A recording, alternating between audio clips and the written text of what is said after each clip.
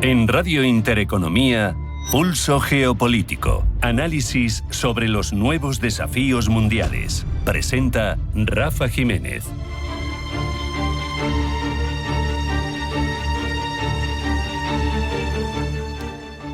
Bienvenidos a Pulso Geopolítico. Irán vuelve a situarse en el centro de la escena geopolítica, pero esta vez no es por un movimiento táctico en Oriente Medio, por su pulso nuclear con Occidente, ni siquiera por una acción de uno de sus múltiples proxies armados en la región.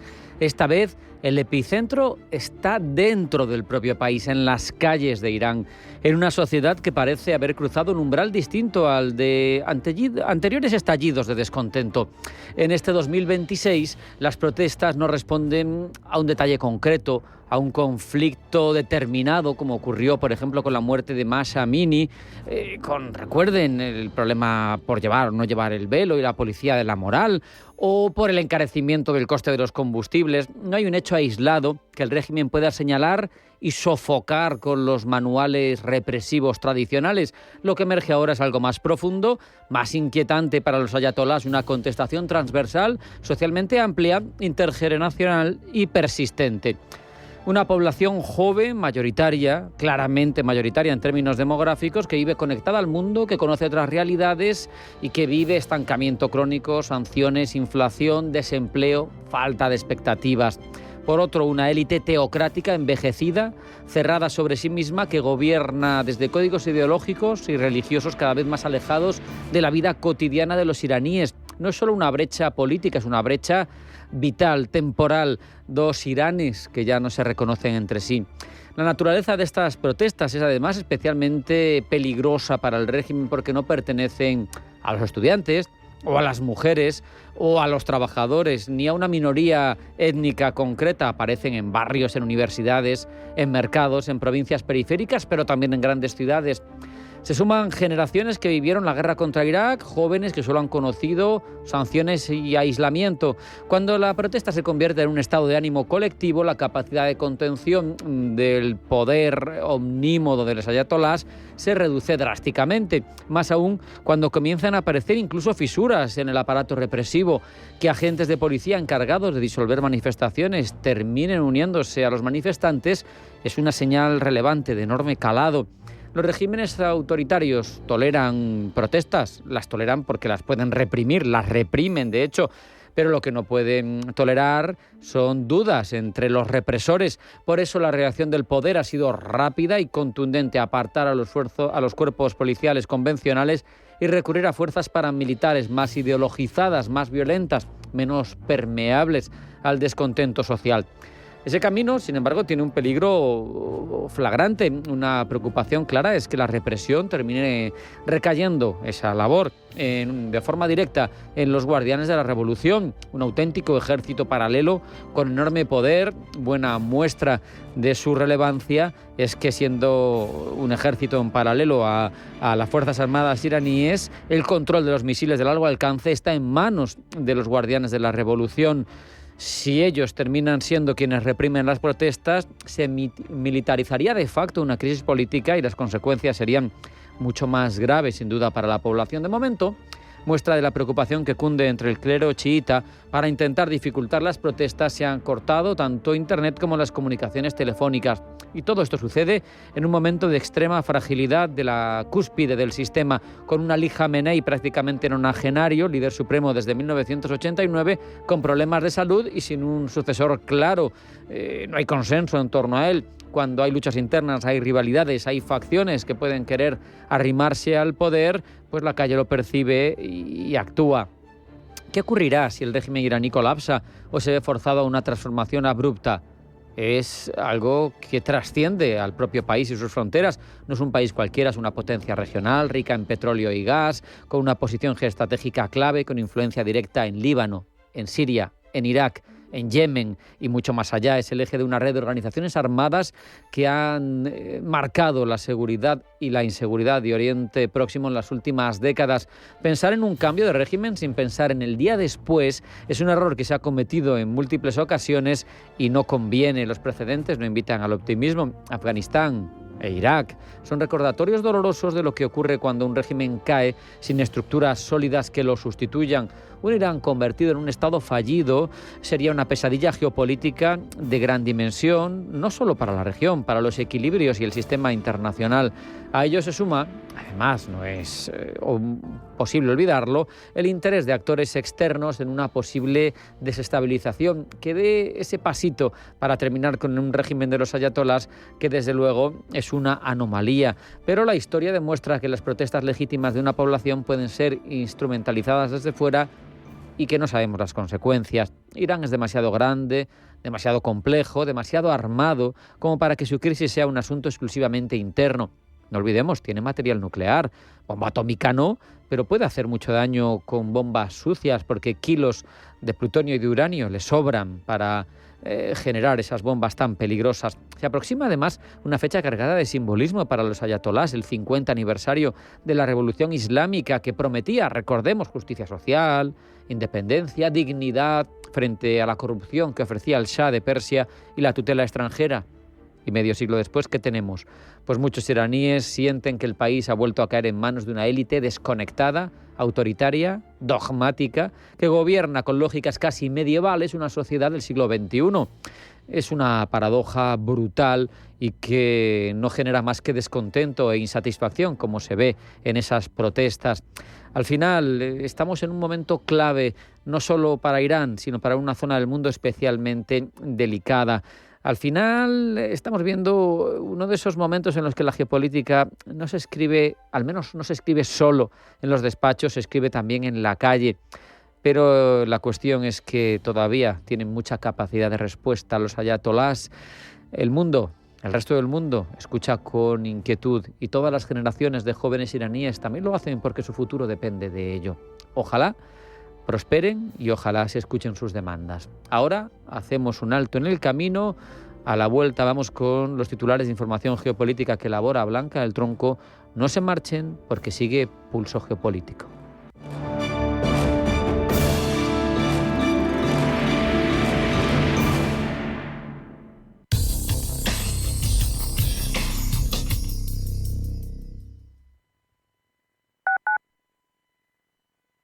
¿Buscas rentabilidad para tus ahorros? El sector inmobiliario ofrece buenas oportunidades, pero hasta hace poco no estaban al alcance de cualquiera. Con Urbanitae es posible invertir en las mejores promociones inmobiliarias de Europa desde solo 500 € con un nivel de riesgo reducido. Tú eliges cómo y cuándo invertir, sin gastos ni comisiones y de manera 100% online. Regístrate gratis en urbanitae.com y haz que tus ahorros trabajen para ti. Si eres emprendedor, profesional o empresario y quieres estar al día en los temas que afectan a tu empresa, Cultura Emprende es tu programa. De la mano de Alejandra Rompedrique, Víctor Delgado y Ángel Calvo Mañas, conocerás las experiencias de otros empresarios y estarás al día en marketing, formación, tecnología, fiscalidad, eventos y más. Los viernes de 6 a 7 de la tarde en Radio Intereconomía. ¿Por qué ayudan los que ayudan? Trabajadores sociales, educadores, voluntarios, investigadores. A pesar de las dificultades, dedican su día a día a ayudar a los demás porque creen en la utopía de una sociedad más justa para todos. Porque lo imposible solo es un poco más difícil que las cosas difíciles. Fundación La Caixa. Creer para transformar. Cada sábado, en Rienda Suelta, te contamos todo lo que se cuece en el panorama ecuestre. Deporte, actualidad, ocio, cultura, tradición, salud y mucho más. De 2 a 3 de la tarde, todos los sábados, en Radio Intereconomía, galopamos en las ondas con Rienda Suelta. Si te gusta el séptimo arte, Vivir de Cine es tu programa. Dirigido y producido desde Hollywood por José Ignacio Cuenca y presentado por María Ayer.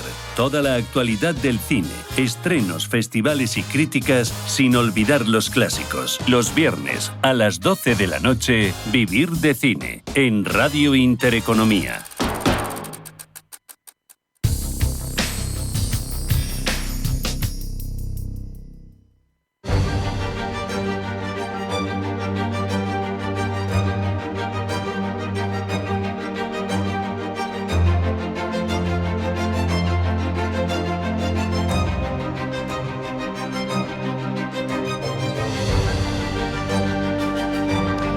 Lo primero, la información geopolítica. Vamos ya con los titulares que elabora Blanca del Tronco. Blanca, bienvenida, buenas tardes. Buenas tardes. Trump detiene un segundo ataque en Venezuela tras la liberación de los presos políticos. Así lo ha dicho en una publicación en su red social, donde el presidente de Estados Unidos ha calificado esta liberación de medida de paz, de un gesto, dice, importante e inteligente. 5 de esos presos políticos liberados son españoles y se encuentran ya en Madrid. El ministro de Exteriores, que ha hablado con ellos, asegura que se encuentran bien, pero en estado de shock. Hoy, en muy poco tiempo, ya estarán aquí con sus familias y podrán abrazarse, y hoy es un momento de gran felicidad. Y este es un paso positivo que ha dado la nueva presidenta encargada de Venezuela, Delcy Rodríguez, y el nuevo gobierno venezolano, un paso positivo en esta nueva etapa. Y Trump recibe también este viernes en la Casa Blanca a las grandes petroleras. Entre ellas a la estadounidense Chevron o a la española Repsol, con cuyos ejecutivos abordará las oportunidades de inversión en Venezuela y sus preocupaciones ante los riesgos financieros, legales y políticos del país caribeño. Donald Trump ha anunciado además que se reunirá con la líder opositora María Corina Machado la próxima semana, aunque insiste en que llevará tiempo realizar elecciones en Venezuela. Trump vuelve, por otro lado, a elevar la tensión con México. El presidente de Estados Unidos ha vuelto a elevar la tensión con México después de que en una entrevista a la cadena Fox asegurara que Estados Unidos va a empezar a atacar por tierra a los cárteles mexicanos que están matando, dice, a 300.000 estadounidenses cada año. Cambiamos el foco porque las protestas se extienden por Irán. Protestas por la situación económica que continúa sin visos de apagarse a pesar de la represión de las fuerzas de seguridad, mientras el gobierno se mueve entre un tono conciliador y las amenazas. De vuelta a Estados Unidos, las tensiones en Minneapolis continúan creciendo por tercer día consecutivo. Protestas por la muerte de una ciudadana estadounidense tras recibir varios disparos por parte de un agente del Servicio de Inmigración y Control de Aduanas y después de que el gobernante de Minnesota, Tim Wolf, haya autorizado a la Guardia Nacional a estar preparada para apoyar a las fuerzas del orden locales. El campo europeo continúa las protestas por el acuerdo de Mercosur. Los países de la Unión Europea se pronuncian este viernes sobre las salvaguardas mejoradas en el acuerdo de asociación con el Mercosur ante las protestas y manifestaciones de los agricultores comunitarios, con idea de allanar el camino para proceder a la firma del pacto en los próximos días. Rusia continúa bombardeando Ucrania. Esta noche ha lanzado un misil balístico hipersónico Oresnik en respuesta al supuesto ataque con drones a finales de diciembre contra una de las residencias del presidente ruso Vladimir Putin, ataque que fue negado por gran parte de la comunidad internacional, mientras millones de ucranianos siguen sin acceso estable a la red eléctrica entre fuertes nevadas y heladas récord. La NASA traerá a 4 astronautas antes de lo previsto debido a un problema médico. La NASA enfrenta por primera vez en la historia de la Estación Espacial Internacional habitada de manera permanente desde noviembre de 2000 la necesidad de traer de regreso anticipadamente una misión debido a la enfermedad de uno de sus astronautas.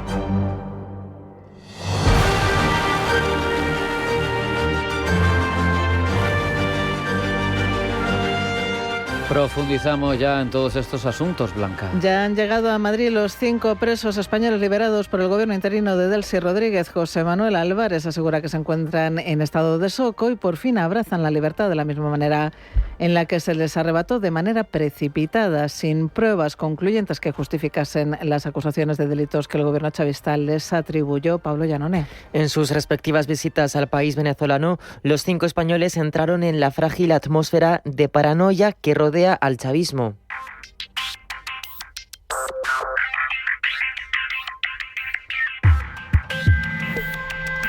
José María Basoa Valdovinos y Andrés Martínez Adasme son 2 bilbaínos de nacimiento de 35 y 32 años, respectivamente. En septiembre de 2024 se encontraban de viaje en Venezuela cuando fueron acusados de participar en un complot contra Maduro. Los 2 jóvenes españoles, 2 meros trotamundos que se habían adentrado en la Amazonia, fueron acusados de ser agentes secretos del Consejo Nacional de Inteligencia Español. Su familia y el propio Estado español denunciaron la arbitrariedad de la detención. Más de poco sirvió esta defensa, teniendo en cuenta que no hubo ningún juicio, al menos transparente, que justificase su desafortunado sino. La burbuja de la paranoia chavista también estalló en la cara de la activista hispano-venezolana Rocío San Miguel, abogada de 59 años, nacida en Caracas y defensora de los derechos humanos. Su rol como presidenta de la organización Control Ciudadano la puso en el punto de mira del régimen, que la vinculó a un supuesto intento de magnicidio contra el presidente. De defensora de las libertades a terrorista, ese fue el repentino e infundado arco que la redujo a una víctima más del helicoide. La temida prisión, donde al martirio de las rejas se añaden torturas y malos tratos. De momento no sabemos cómo transcurrió su paso por esta cárcel, pero la imaginación tiene rienda suelta sabiendo que estuvo allí 18 meses. Otro de los presos hoy liberados es Miguel Moreno de Pena, un periodista canario de 34 años con una historia peculiar de comienzo a fin. Surcaba las aguas venezolanas en busca de los restos de un barco que había naufragado. De entre todos los tesoros que podría estar buscando, Caracas sospechó de uno que le concernía especialmente: el petróleo. En junio de 2025, el régimen chavista lo detuvo por estar preparando una presunta prospección petrolera en territorio nacional. De nuevo, no hubo pruebas concluyentes, solo había sospechas convertidas en verdad. Finalmente, el cuarto preso liberado por los Rodríguez, el valenciano Ernesto Corbe Cardona, de 52 años, fue detenido hace 12 meses, después de que las autoridades alegasen que su visa estaba caducada y que se encontraba en situación migratoria irregular. Es caso menos similar a los anteriores, pero guarda una clara relación: la falta de juicios válidos y de diálogo con el Estado español. Por ello, el ministro de Exteriores, José Manuel Álvarez, aplaude la medida y confía en que sea la primera de muchas. Todavía quedan muchos presos españoles por liberar. Liberación de los presos políticos, ha dicho Donald Trump, que ha evitado un segundo ataque de Estados Unidos a Venezuela. En una publicación en su red social Truth Social, el presidente estadounidense ha asegurado que canceló una segunda oleada de ataques debido a la cooperación mostrada por las autoridades del país sudamericano, ahora encabezado por Delcy Rodríguez, quien asumió el cargo de presidenta encargada del país tras la captura de Nicolás Maduro. Para Donald Trump, la liberación de estos presos políticos es un gran signo de búsqueda de la paz. Es, dice, un gesto muy importante e inteligente. Aún así, asegura el presidente estadounidense, todos los barcos seguirán en sus puestos por motivos de seguridad. Trump ha hecho referencia además a su reunión este viernes con los directivos de las grandes petroleras que tienen presencia en Venezuela. En este sentido, ha anunciado que se invertirán al menos 100.000 millones de dólares por parte de Big Oil, nombre usado para describir a las principales petroleras estadounidenses, con las que, como decimos, mantendrá una reunión hoy mismo. Vamos a tener compañías petroleras muy grandes de Estados Unidos, las más grandes del mundo, que gastarán miles de millones de dólares en reparar la infraestructura gravemente dañada, la infraestructura petrolera, y comenzarán a generar dinero para el país. Reunión en la Casa Blanca a la que acudirá también en Repsol, y es que buena parte de las reservas de la petrolera española se encuentran en Venezuela. En concreto, suponen un 15% de todas, con un valor de 13.000 millones de euros. Rubén Gil. Repsol se juega mucho en Venezuela y por eso esta tarde un alto ejecutivo de la petrolera española se reunirá con Trump en la Casa Blanca. Al encuentro, aunque no está confirmado, podría acudir el propio consejero delegado de la compañía, Josu John Imaz. Repsol ha estado presente en Venezuela desde principios de los años 90 y participa en proyectos de petróleo y gas en asociación con la petrolera estatal PDVSA. Sus principales activos incluyen tanto activos petroleros como la producción de gas natural junto a Eni. Además, realiza operaciones en proyectos que combinan extracción de crudo y gas tanto en onshore como offshore.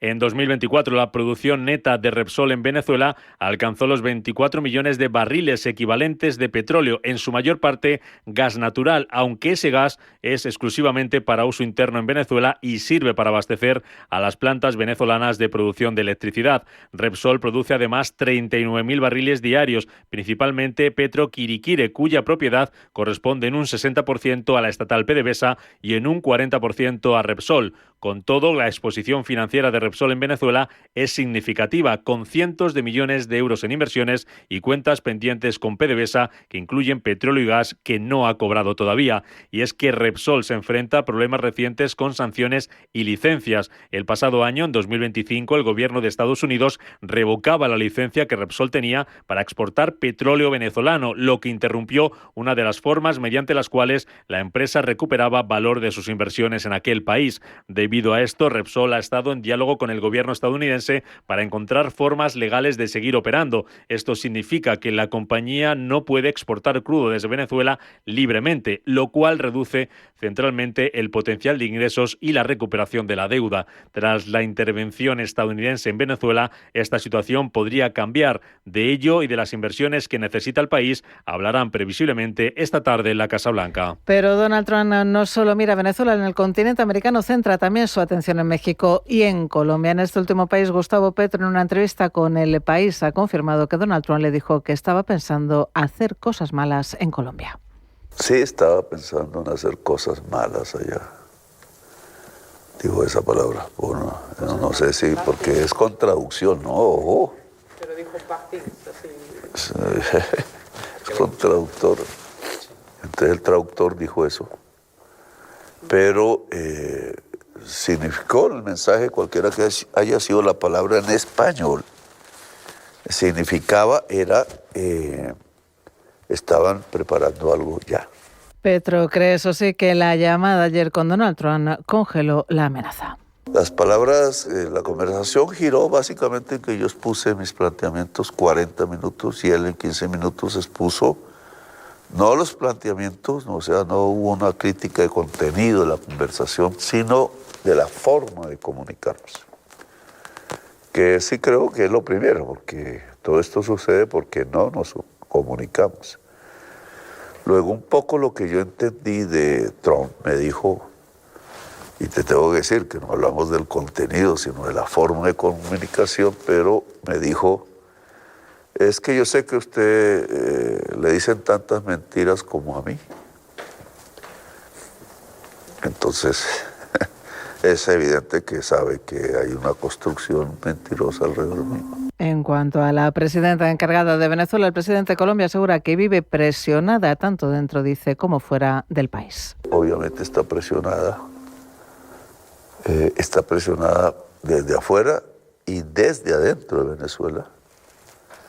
Y a ella la acusaron de ser la traidora, que ella debe dedicarse fundamentalmente a unir el pueblo de Venezuela, empezando por sus propias fuerzas, de las que es originaria. Respecto al papel de Europa, Gustavo Petro cree que el viejo continente debe reivindicar su historia. Entonces Europa tiene que reivindicar su historia, o es el de los que hicieron la esclavitud, fuerza bruta, o es los que hicieron la Revolución Francesa y las repúblicas y las monarquías constitucionales, que se basa en el principio de igualdad, fraternidad y libertad.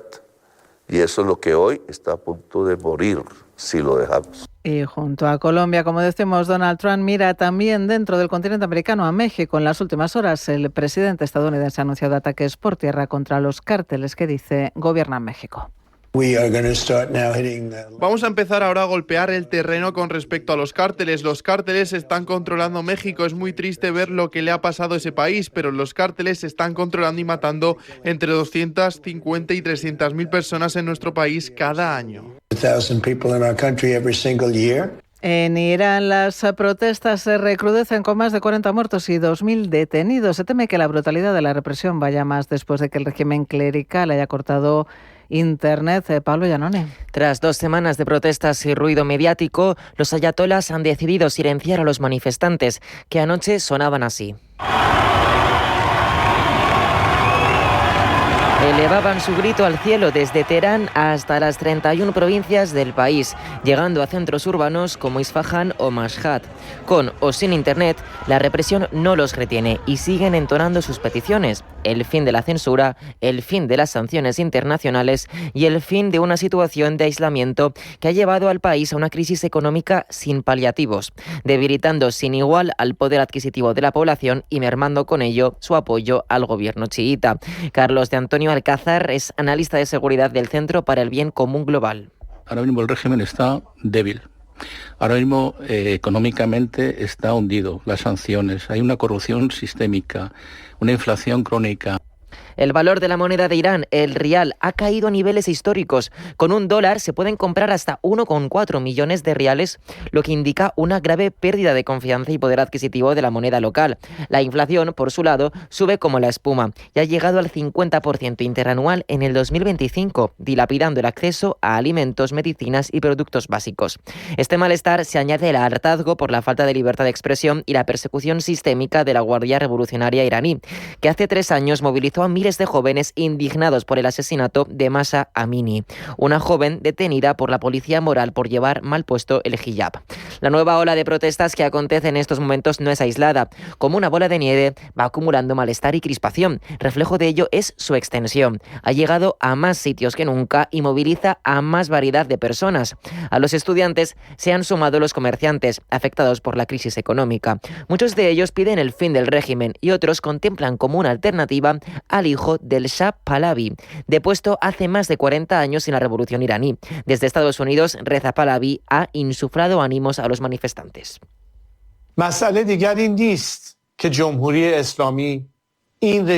Se ha referido al pueblo iraní como la República Islámica. Asegura que derrocará al régimen que denomina corrupto y opresivo. La pregunta es, dice, ¿cuándo? Según Pahlavi, ese momento podría estar más cerca que nunca.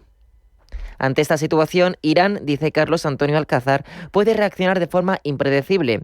Dado el aumento de la represión y la violencia, podría tratar de desplazar el foco. Teniendo en cuenta la influencia que tiene sobre proxies como Hamas o Hezbollah, en cualquier momento podría reavivar la llama del contenido alto el fuego en Gaza, a donde se están desplazando fuerzas norteamericanas para avanzar con el acuerdo de paz. Luz verde del Consejo de la Unión Europea al pacto comercial con Mercosur. Se despeja así uno de los principales escollos en la ratificación del principio de acuerdo alcanzado por la Comisión Europea con el bloque sudamericano hace algo más de un año, que puede acabar creando la zona de libre comercio más grande del mundo, con más de 720 millones de consumidores potenciales. El acuerdo, sin embargo, divide tanto a los socios comunitarios como a sus agricultores en un contexto de presión creciente, porque los productores que están en contra se han echado a la calle para pedir que el pacto no se ejecute. Intereses del sector primario que van a producir a unos niveles infinitamente más bajos. Llevaría al sector a una grave crisis. En España, la ganadería es uno de los sectores amenazados frente a las ventajas para los aceites de oliva y los vinos. El gobierno español insiste en la importancia de una zona de libre comercio entre los dos bloques y más aún en el entorno geopolítico actual. Francia, entre tanto, ha liderado a un grupo de países de la Unión Europea, entre ellos Polonia, Hungría, Austria y hasta ahora Italia, para lograr una minoría de bloqueo que pusiera patas arriba el acuerdo. Si solo inviertes en bolsa, te estás perdiendo el 95% de las empresas del mundo. Con Crescenta, accede por fin a una selección experta de fondos de private equity e invierte en las mejores compañías a nivel global. Hazlo digital. Hazlo como imaginas. En Crescenta.com.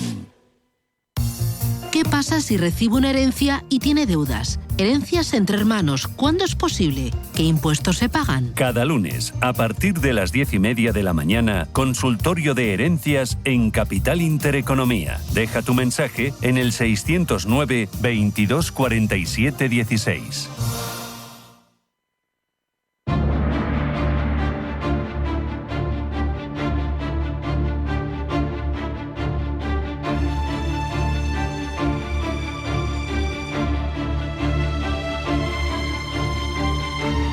En Radio Intereconomía, Pulso Geopolítico.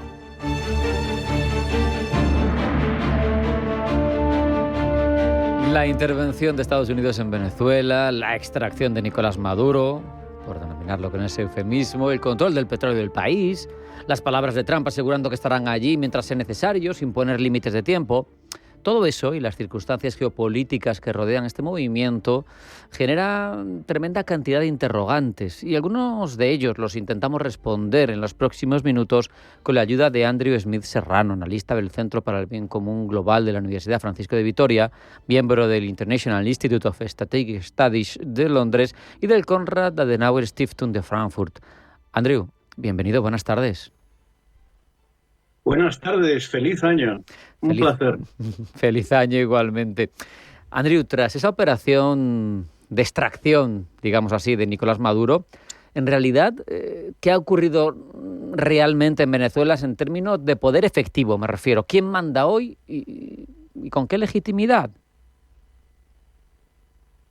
Efectivamente, ha dado usted en dos de los puntos claves. Está el factor de la legitimidad, que es preponderante. La razón principal que se dio para la extracción o el secuestro o el arresto de Nicolás Maduro Moro se basa puramente bajo la legislación americana de que ha cometido delitos en Estados Unidos o que afectan a Estados Unidos con aspectos de narcotráfico, terrorismo, etcétera, y que hay una busca y captura que estaba anunciada con 50 millones y por lo tanto han ejercido lo que según el derecho americano es la extraterritorialidad,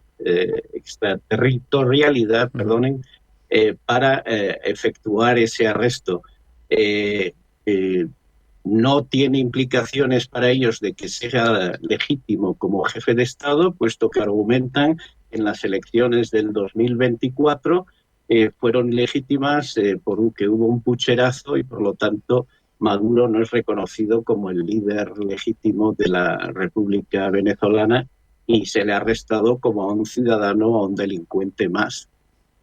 ¿Quién controla Venezuela en estos momentos? Pues es una buena pregunta, pero podemos hacer lo que se llama an educated guess o tratar de dilucidar, y el poder está ejercido directamente el que controla las Fuerzas Armadas y los servicios de seguridad, Diosdado Cabello, y Vladimir Padrino, que controla las Fuerzas Armadas y sobre todo todos los colectivos militares que existen a lo largo del país. Delcy Rodríguez maneja con su hermano el aparato legislativo y ejecutivo y por lo tanto puede controlar al partido, y entre esas 3 o 4 personas está más o menos quién controla en estos momentos la República Venezolana. Andreu, me resulta interesante todo lo que explicabas, ¿no? De la extraterritorialidad, de la acusación de narcotráfico. Yo, que soy un pragmático, me da la sensación de que todo esto además también tenía un componente de evitar, llevando militares a otro país, la necesaria aprobación de la Cámara de Representantes de la declaración de guerra. Entonces, es una operación de narcotráfico. Primero lo declaro narcotraficante, sea verdad o no, y luego pues monto esa operación que es casi, digamos, policial, entre comillas, ¿no? Por otro lado, desde el punto de vista del derecho internacional, hay quien se rasga las vestiduras, quien dice que Estados Unidos cruza una línea roja. En cualquier caso, no sé tú, pero a mí esto me suena a una película que ya hemos visto. No hay más que irse hasta Hawái a finales del 19 para entender que es la forma habitual en la que Estados Unidos, en este caso lo podríamos aplicar a Groenlandia más bien, incorpora territorios, ¿no? O sea, esa capacidad de, bueno, porque puedo y porque nadie puede impedírmelo, ¿no? Al final hay un punto de hechos consumados, ¿no? Y de soy la potencia preponderante, pues como decía Stephen Miller en una entrevista el otro día, ¿quién va a luchar contra mí? Efectivamente, por supuesto. La actuación de los últimos 12 meses de la administración Trump me recuerda a 2 refranes rusos muy pertinentes. Un refrán es que el hambre aumenta cuando más se come. Y el otro refrán era quién era las 2 personas más poderosas del imperio zarista, y decían el emperador Nicolás II y la última persona que habló con él.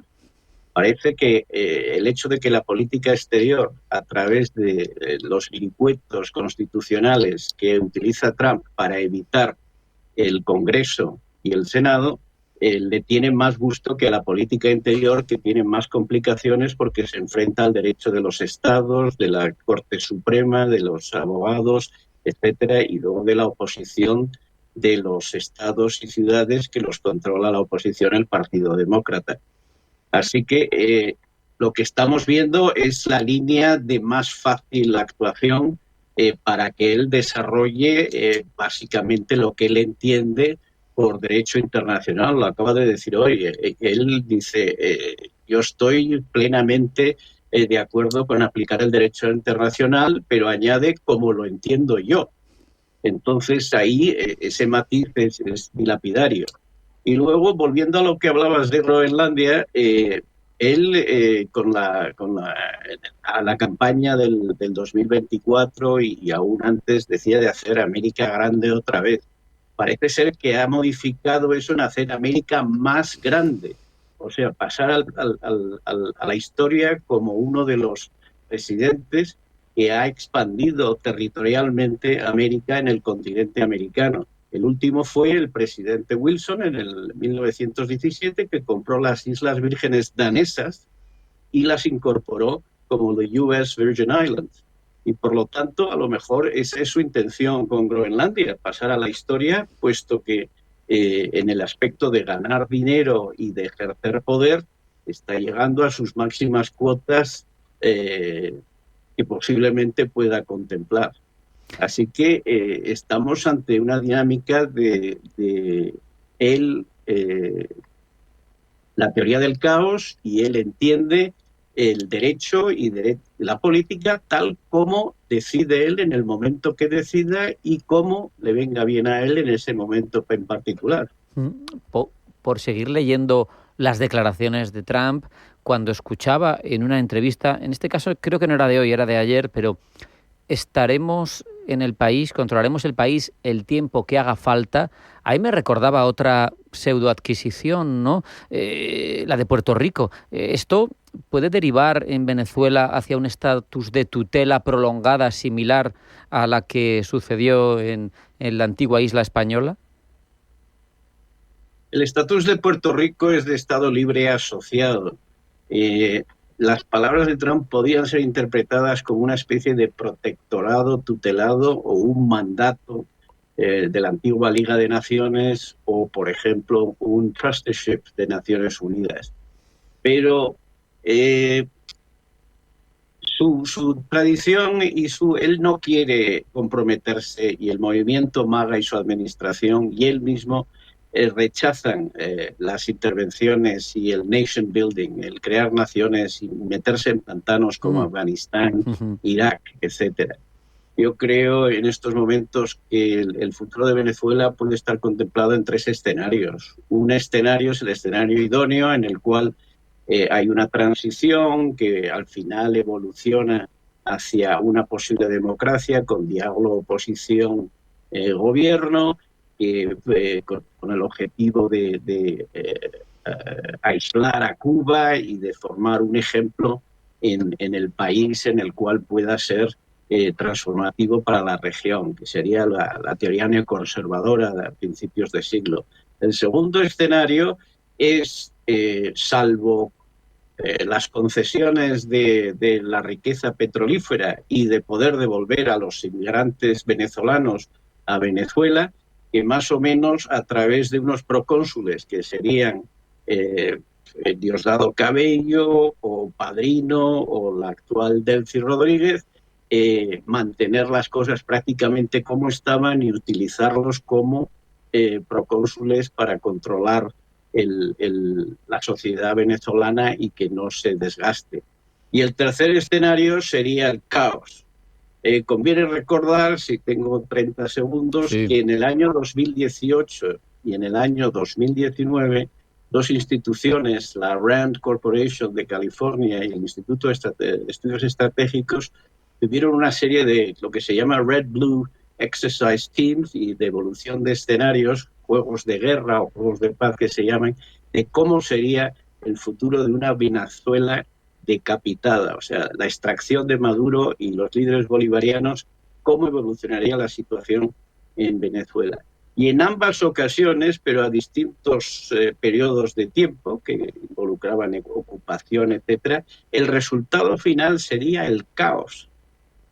Sería una desintegración del poder y posiblemente no una somalización o una afganización de Venezuela, pues que es una sociedad más desarrollada, pero sería un escenario parecido al de Colombia de los años 80, 90, o de los años 70 mezclado con las partes del norte de Guatemala o las zonas de México no controladas, puesto que los colectivos y las milicias y paramilitares en las zonas se desintegrarían y habría unos reinos de taifas que produciría el caos en la región con toda la implicación que eso conlleva, que sería pues más flujos de refugiados, más inestabilidad, y yo creo que ese escenario no entra dentro de los cálculos americanos de hacer las fronteras del sur del Río Grande más sólidas y más estables para Estados Unidos.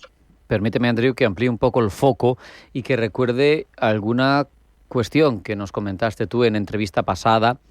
Yo te pregunto, ¿este episodio consolida esa sugerencia de orden internacional basado en potencias revisionistas con esferas de influencia, Estados Unidos controlando todo el hemisferio occidental, América, Rusia en Europa del Este, antiguo telón de acero, Pacto de Varsovia, y China en Asia, con la salvedad del escudo de silicio de Taiwán? Totalmente, es la aplicación efectiva de la doctrina de seguridad nacional, que creo que fue publicada el 9 de diciembre del año pasado, y que por lo tanto declara abiertamente que Estados Unidos es una potencia revisionista que opta por esferas de influencia y de que los intereses de América primero, y por lo tanto la redistribución geográfica está prácticamente definida a grandes rasgos. La ambigüedad es una de las tónicas del mundo en que vivimos ahora, puesto que todo el mundo utiliza las palabras según le conviene y no define nada porque tiene miedo a definirlas y que se comprometa. Por lo tanto, hay que tomarlas, como se dice, con un gran puñado de sal, ¿no? Pero efectivamente el continente americano para los americanos, el sur de Asia, el sureste de Asia y la primera línea del Pacífico para China, y Euroasia o las estepas para los rusos. Y luego ya veremos ahí Europa Occidental, Europa Oriental, cómo se desmarca aquello. Como se decía, si no estás en la mesa, estás en el menú. Por lo tanto, Europa, África es una zona de contención y una zona de disputa. Y luego está el espacio del sur de Asia, que está un poco pendiente de que se establezca o se consolide el liderazgo de India en esa región. Pero sí, totalmente de acuerdo. Es muy coherente con su doctrina de seguridad nacional y ante el revisionismo claro del orden vigente hasta hace bastante poco. La, digamos, tibieza en la respuesta de Rusia. Hace unos meses veíamos a Maduro en Moscú firmando un acuerdo de asociación estratégica con Putin, e incluso de China, si me permites. No sé si resta credibilidad a la capacidad de estos actores externos que durante años fueron valedores, contrapeso de Estados Unidos en Caracas, y ha demostrado que tienen poca capacidad práctica. Efectivamente, hay una Trump con su actuación del elefante en una cacharrería, o como se diga la metáfora, durante los próximos 12 meses ha puesto el espejo a todas las potencias. Y a una de ellas es a Rusia y a otra es a China. Y cada una refleja el poder que exactamente tiene. Una viñeta muy graciosa en el New York Times y en el Los Angeles Times era Putin echándole la bronca a uno de sus generales, diciendo: ¿ves? Eso es lo que teníamos que haber hecho en Kiev en febrero del 22, refiriéndose al secuestro de Maduro. Entonces, Rusia refleja, luego con lo que ha pasado con los barcos, los petroleros en el Atlántico y en el Caribe, la debilidad que tiene de proyección de fuerza en comparado con Estados Unidos. Y por lo tanto, está claro que la delimitación de las zonas de influencia están muy marcadas, y lo que sí se ve claramente es que técnicamente las Fuerzas Armadas americanas son bastante superiores a sus competidores por el momento y en los escenarios que Estados Unidos elige. Ya son dos matices muy importantes. Y luego está el factor de que con la boca pequeña, Rusia y China están encantados con la actuación de los americanos durante este 2026, puesto que reafirman sus tesis de que cada uno, las potencias revisionistas, son los amos de su esfera de influencia y, por lo tanto, protestas retóricas, notas de protesta, etcétera, pero al final yo cuido de mi patio trasero y tú cuidas del tuyo y no vamos a hacernos mucho daño en estas zonas. Donde sí podemos competir es en las zonas grises y en disputa que todavía están por repartir. Así que, como decía en el refrán español, no hay mal que por bien no venga, ¿no? Un apunte rápido para terminar. Has definido varios escenarios, hablando cuando nos contabas los juegos de guerra. Para ti, al menos el escenario inmediato para Venezuela, ¿cuál va a ser? ¿Cuál es? Gran pregunta, y para eso tendría que tener una bola de cristal y ver el futuro no de mañana, sino de las próximas horas. En su programa hace un momento decían que va a haber varias reuniones con petroleras en Washington y que posiblemente una reunión con la oposición venezolana dentro de unos días. Mi apuesta, si yo fuera un hombre que se dedica a apostar, sería por mantener la presión que se ejerce en estos momentos y seguir con la segunda opción, mantener a los procónsules Delcy y Cabello y Padrino en situación para controlar la situación, no arriesgar mucho, asegurar los recursos del petróleo, empezar a repatriar inmigrantes y sobre todo mantener las otras opciones claramente a su disposición. La amenaza de que él paró un segundo ataque, que puede ser verdad o no, es un recuerdo de que tienen que obedecer o que ellos mismos pueden caer. Yo lo veo más como un bluff, puesto que no veo que haya otra intervención segunda, a no ser que la situación cambie radicalmente. Con esa reflexión nos quedamos. Andrew Smith Serrano, analista del Centro para el Bien Común Global de la Universidad Francisco de Vitoria, miembro de ese International Institute of Strategic Studies de Londres y del Konrad Adenauer Stiftung de Frankfurt. Un placer, como siempre, hablar contigo y escuchar tus reflexiones. Un abrazo. Hasta la próxima. Un placer y buenas tardes.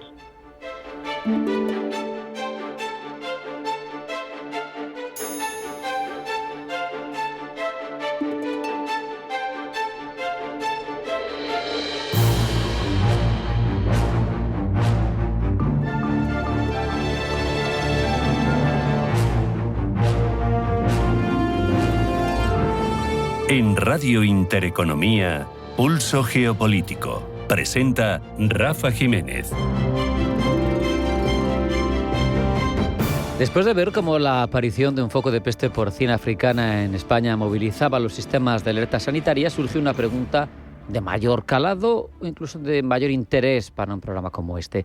¿Es solo una crisis veterinaria? ¿Puede llegar a ser un escenario de seguridad nacional? Para analizar esa delgada línea que separa una amenaza biológica de una táctica de desestabilización y de las medidas que hay que tomar, hablamos con José Ignacio Castro, coronel en la Reserva, especialista en defensa NBQ y analista de Minerva Institute. José Ignacio, bienvenido, buenas tardes. Bien hallado, Rafa, muy buenas tardes. Un saludo muy cordial tanto para ti como para el equipo, como para toda la audiencia. Sé que en este caso no parece obedecer a esa razón, pero una guerra híbrida con un país que te quiera atacar, que te quiera desestabilizar económicamente, puede iniciarse de muchas maneras, ¿no? Incluso con una zoonosis en un momento dado. Efectivamente, es una posibilidad. Siempre se encuentra presente en los estudios que se realizan dentro de los ejercicios maniobras de las Fuerzas Armadas, puesto que los ataques no son solamente sobre Fuerzas Armadas, sino pueden ser sobre poblaciones o pueden ser sobre los mecanismos que esas poblaciones tienen para su bienestar económico. Efectivamente, claro, siempre existe una posibilidad de que eso suceda. ¿En qué se puede diferenciar, José Ignacio, un protocolo NBQ que se aplique a un brote que venga, en este caso, pues como la peste porcina africana, de otro diseñado para amenazas humanas o incluso terroristas? Bueno, en primer lugar, la peste porcina africana afecta especialmente tanto a jabalíes como a cerdos, no afecta a humanos. con lo cual ya tenemos ahí una diferenciación. Sí que se podría aplicar en un conflicto, sí que se podría aplicar como un ataque contra una cabaña ganadera, pero estamos prácticamente convencidos de que ese no es el caso. Diferenciaciones, muchas veces es la dificultad de identificar el agente, en este caso biológico, que ha causado esa o agresión o ese incidente. Y en este caso el agente biológico ha sido claramente identificado. Se da el caso también, José Ignacio, de que se puedan lanzar hipótesis infundadas que también ayudan a quien quiere contribuir a esa guerra híbrida. Una acusación del escape del laboratorio, que parece probado que no fue, o cualquier otro tipo de intoxicación informativa. La narrativa es un arma más, ¿no? Hay que combatir la desinformación en estos casos. Efectivamente, las herramientas con las que se ejerce el poder no son solamente militares, son políticas, son informativas, son militares, son económicas y otra serie más que se le puede añadir. En el caso de la guerra informativa o en el conflicto en el cual existe estas narrativas, este conflicto en el ámbito de la información, desinformación o estrategias de comunicación que se suelen poder realizar, sí que se podría realizar algún caso, alguna acusación, como de hecho se ha producido, no es el caso nuestro, pero sí se produjo al principio del comienzo de las hostilidades en Ucrania, en el año 2022, cuando dijeron que había laboratorios de los atlantistas que estaban experimentando con determinados productos biológicos que se podían extender por toda la zona de Ucrania y por las proximidades de Rusia. De hecho, eso ha ocurrido. Es tremendo. No sé, José Ignacio, si el hecho de haber tenido una pandemia, en este caso con afectación humana, en 2020, ha dado a quienes quienes tienen que preocuparse de nuestra salud en estos ámbitos, les ha dado lecciones operativas de bioseguridad. No sé si ha mejorado protocolos. ¿Cómo crees que hemos aprovechado o desaprovechado los aprendizajes de la pandemia? Toda epidemia, pandemia, experiencia que se tiene siempre es una oportunidad para extraer y aprender lecciones. Las fuerzas y cuerpos de seguridad del Estado, los organismos de la Administración, incluso las Fuerzas Armadas ya tenían una serie de unidades preparadas para acometer incidentes de estas características. La pandemia fue un antes y un después porque fue tremendo. O sea, aquello superó con creces todas las expectativas que podía tener en ese momento la humanidad. De esto yo estoy convencido de que se ha aprendido mucho. Independientemente de todo ello, yo creo que también los protocolos, tanto en el entorno europeo como en el nacional como en el autonómico, han estado muy bien diseñados y se han aplicado con bastante certeza. Con lo cual, el brote se ha quedado en un brote contenido. Y esto no ha ido a más, a Dios gracias. José Ignacio, ¿cómo se integran las unidades militares especializadas, el GIETMA, las unidades NBQ que haya en la Guardia Civil, la UME, en la respuesta civil cuando sucede un caso de este tipo? Porque al final tiene que haber, supongo, una interoperabilidad perfectamente engrasada, ¿no? Claro, sí, de hecho la hay y se practica. En primer lugar, porque somos una comunidad que aplicamos los mismos preceptos doctrinales. Estudiamos todos en la Escuela Militar de Defensa NBQ, ya sean fuerzas cuerpos de seguridad del Estado, ya sean organismos intervinientes de primera intervención o respuesta, o ya sean las unidades militares. Con lo cual, los principios doctrinales están perfectamente aplicados y cualquier palabra que se emplee en cualquier tipo de argot, todo el mundo lo va a entender. Luego hay ejercicios. Y en los ejercicios, dependiendo de quién los lidere, contribuimos los demás, con lo cual la máquina empieza a estar de una manera engrasada.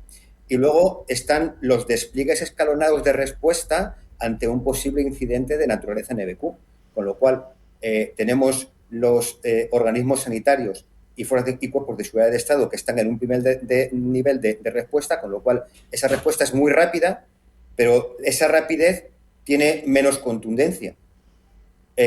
Lo que a continuación viene son mecanismos de respuesta no tan rápidos, pero mucho más contundentes, como podemos tener es unidad de intervención de unidad militar de emergencias, que funciona muy bien, tiene unos equipos estupendos y ya produce o ya puede dar una arquitectura de seguridad y de comunicaciones. Y si hiciera falta, están, por supuesto, los medios de las Fuerzas Armadas, que sea una respuesta más tardía, más escalonada, pero con una potencia de medios muy grande. Tienen que ser, supongo, muy contundentes. No sé si es fácilmente explicable los umbrales o criterios que activarían que la respuesta NBQ fuera militar y fuera más amplia, más intensa y más directa. Bueno, es tan sencillo como ver hasta dónde llega el nivel de la amenaza o hasta dónde llega el nivel de la catástrofe, y en ese momento se van incorporando determinadas unidades, dependiendo de dónde provengan de la administración, para ir respondiendo paulatinamente o con el grado de que se necesite para poder aplicarlas. De todas maneras, también digo, Rafa, que no es muy complicado, desde el momento que se da una orden, ir produciendo esta cadena en la cual haya una respuesta graduada para poder realizar una intervención. Porque lo que tenemos que tener claro es que hay capacidades específicas que aporta las unidades NBQ militares que no están disponibles en el ámbito civil, ¿verdad? Son muy parecidas. Lo que pasa es que en el ámbito militar estamos más bien enfocados a un nivel de amenaza intencionado. Entonces, estamos más enfocados a autoprotegernos nosotros, porque nos pueden atacar, y estamos también enfocados a tener que identificar cuál es el agresivo que han empleado contra nosotros. Y luego estamos acostumbrados a tener que descontaminar grandes áreas o grandes zonas contaminadas. Entonces, claro, esto se produce en unos volúmenes muy grandes y en unos espacios de tiempo en los cuales hay que implementar una serie de medios. Entonces se tarda pues algo más de tiempo, pero la respuesta es con un volumen muy grande de medios. En cualquier caso, yo creo, corrígeme si me equivoco, que lo que podemos es mandar un mensaje de tranquilidad, ¿no? Hay planes preestablecidos que contemplan escenarios de múltiples focos simultáneos, de orígenes deliberados, de lo que es un ataque, y en eso hay una preparación intensa en nuestras Fuerzas Armadas. Efectivamente. Rompo también una lanza por el resto de unidades NBQ que están en la administración. Esos protocolos, esas medidas de actuación, esa formación del personal y la instrucción y el adiestramiento común existe, con lo cual ahí tenemos una garantía. El riesgo cero es algo con lo cual no podemos vivir, siempre habrá algún tipo de riesgo. Lo que sí estamos es muchísimo más preparados que podíamos estar, pues no sé, en los años 90, en los cuales se llega a crear ese tipo de inquietudes, y fíjate cuál ha sido el desarrollo, que estamos ya en el 2026 ya, y tenemos unidades preparadas, instruidas, adiestradas y experimentadas para este tipo de incidentes. José Ignacio Castro, coronel en la Reserva, especialista en defensa NBQ y analista de Minerva Institute. Como siempre, es un placer aprender contigo. Te mando un abrazo y hasta la próxima. Un fuerte abrazo, un saludo muy cordial para todos, Rafa. Aquí hemos llegado en esta edición de Pulso Geopolítico, en el que hemos prestado especial atención a las protestas que están viviendo la población en Irán. Hemos reflexionado sobre ello y se lo hemos contado en forma de noticias, con un régimen de los ayatolás que afronta un complicado escenario y grandes dificultades. Les hemos contado las noticias más relevantes de la jornada y hemos andado en dos asuntos: qué pasa con Venezuela, cómo afronta su futuro Estados Unidos, y también los ataques químicos, las posibles agresiones con guerra híbrida, cómo se afrontan desde el punto de vista NBQ. Esto ha sido todo. Sean felices, pasen buena tarde, aprovechen el tiempo libre y vuelvan siempre a su cita con nosotros. Esto es Pulso Geopolítico. No nos fallen.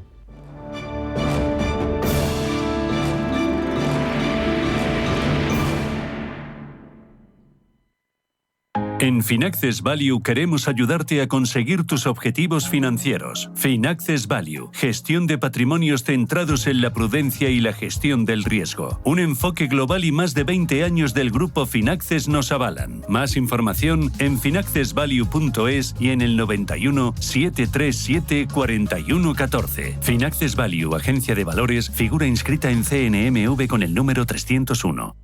El equipo más osado de las ondas en las mañanas de los domingos de Radio Intereconomía. Sin palos en las ruedas. De 8:30 a 10 de la mañana podrás disfrutar de la mejor actualidad, conocimiento y humor sin barreras. Y si te quedas con más ganas, escúchanos los lunes a las 10 de la noche. Sin palos en las ruedas. Los domingos a las 8:30 de la mañana y los lunes a las 10 de la noche. Radio Intereconomía, la radio de los negocios para estar bien informado. Eres lo que escuchas.